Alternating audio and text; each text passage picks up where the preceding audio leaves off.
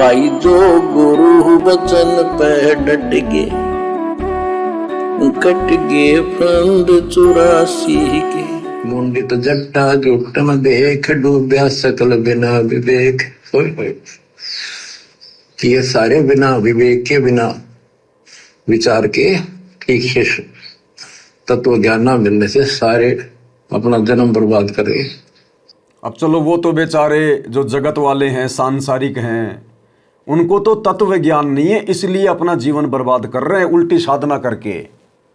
और जिनको गुरुजी ने 30 साल से सत ज्ञान दे दिया, तत्व ज्ञान दे दिया, वो देखो किस प्रकार से अपना जीवन बर्बाद करने में लगे हुए भगत, सत्संगों के विरुद्ध सारे कुकर्म करके।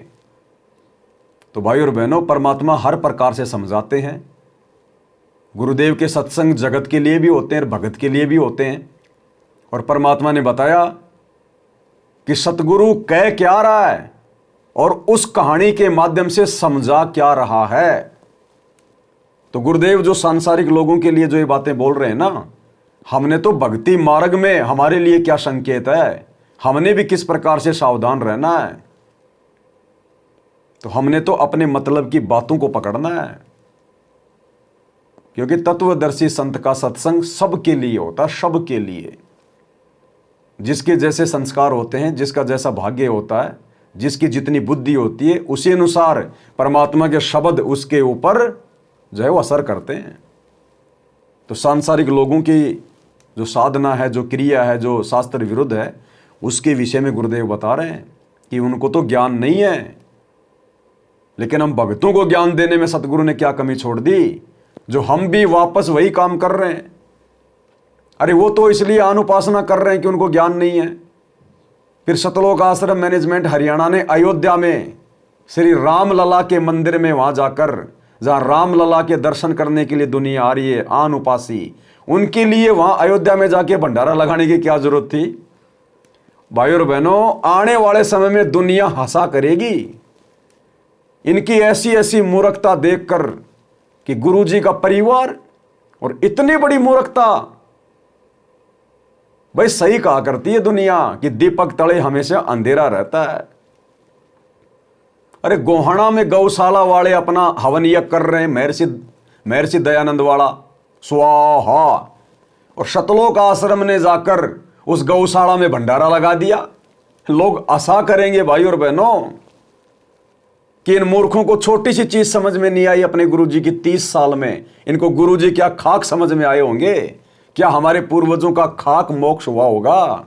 वो आने वाली पीढ़ियां विचार करेंगे इन बातों पे कि गुरुजी ने प्रथम नाम देते समय कह दिया था, बेटा गेम नहीं खेलना, कोई खेल नहीं खेलना, कोई सहयोग नहीं करना। और इन्होंने धनाना गांव में स्टेडियम ठोक दिया जनता के लिए। ये हैं वो एजेंट विशेष काल के। तो वर्तमान में तो हो सकता है भक्तों की बुद्धि ऑफ है, राग द्वेष ईर्ष्या भक्तों में बहुत ज़्यादा व्याप्त है। ये सच्ची बातें ना तो सतगुरु की अच्छी लगती हैं और ना सतगुरु के भक्तों की अच्छी लगती हैं, जिनके माड़े संस्कार होते हैं।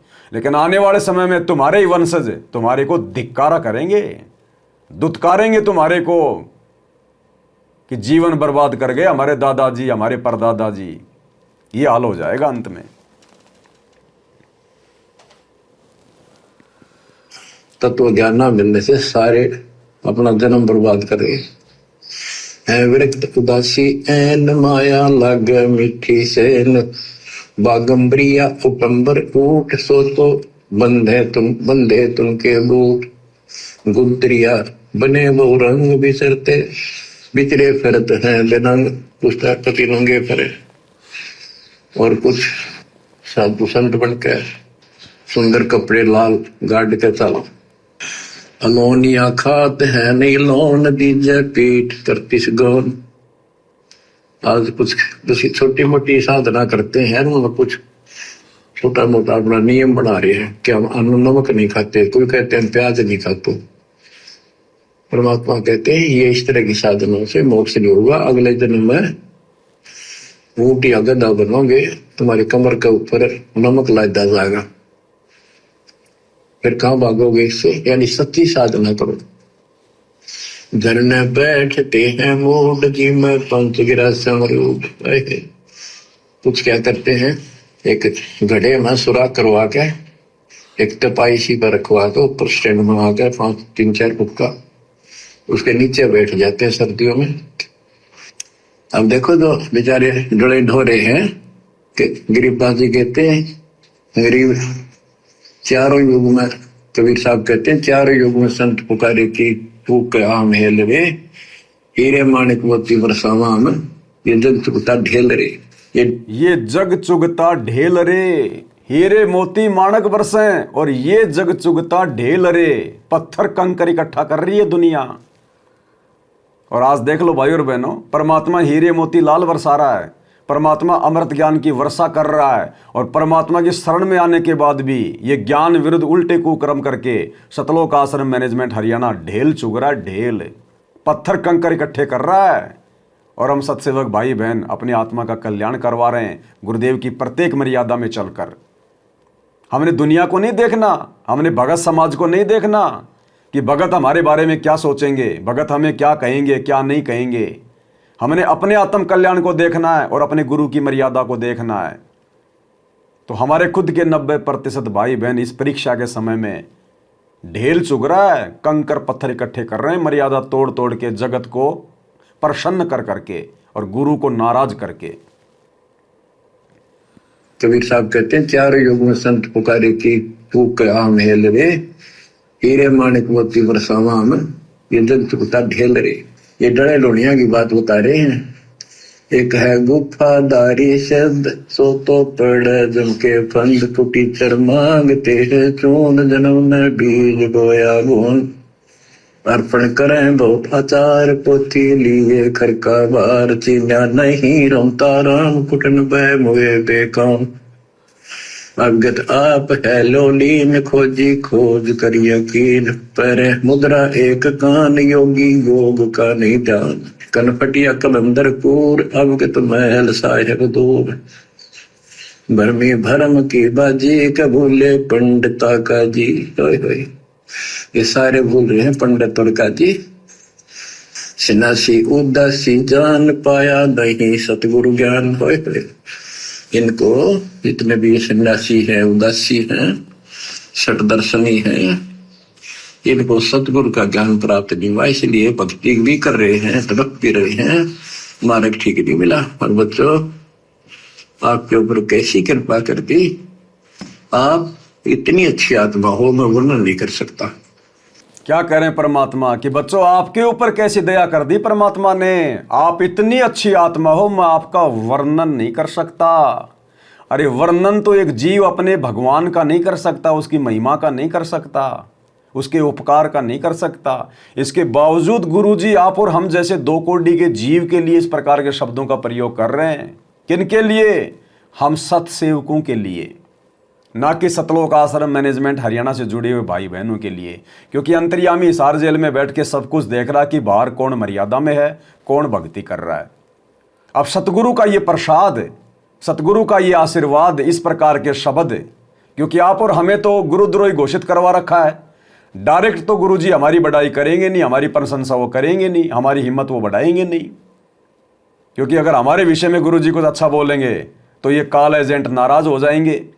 काल एजेंट नाराज हो गए तो गुरुजी की संगत को ये बर्बाद कर देंगे। वैसे ही इन्होंने बर्बाद कर दिया।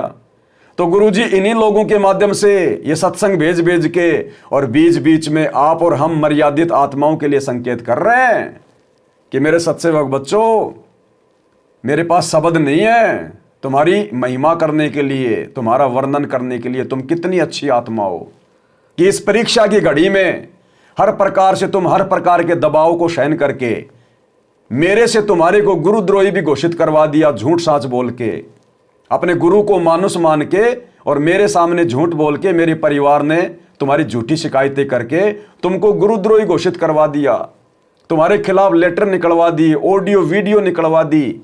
और बच्चों, उसके बावजूद भी तुमने मेरे ज्ञान को आधार बनाया।